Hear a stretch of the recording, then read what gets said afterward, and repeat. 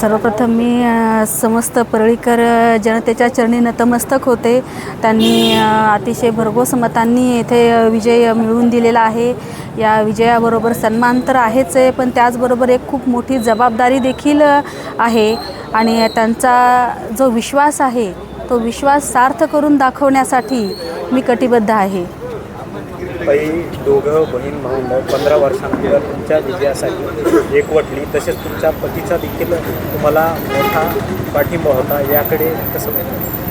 सर्वप्रथम मी आमचे दोन्ही खंबीर नेतृत्व आदरणीय आमदार धनंजयजी मुंडे साहेब तसेच आदरणीय आमदार पंकजाताई मुंडे साहेब यांचे मी शतशः आभारी आहे। त्यांनी मला उमेदवारी दिली, आमच्या पाठीशी ते खंबीरपणे उभे राहिले। महायुतीची एक मोठी ताकद आमच्या पाठीशी उभी राहिली। त्याचबरोबर माझे पती श्री बाजीरावजी धर्माधिकारी हे माजी नगराध्यक्ष राहिलेले आहेत। त्यांनी त्यांच्या 2.5 वर्षाच्या कार्यकालामध्ये प्रचंड विद्युत गतीने परळीचा विकास साधला आहे आणि त्याच धर्तीवर काम करण्याचा माझा देखील प्रयत्न असणार आहे।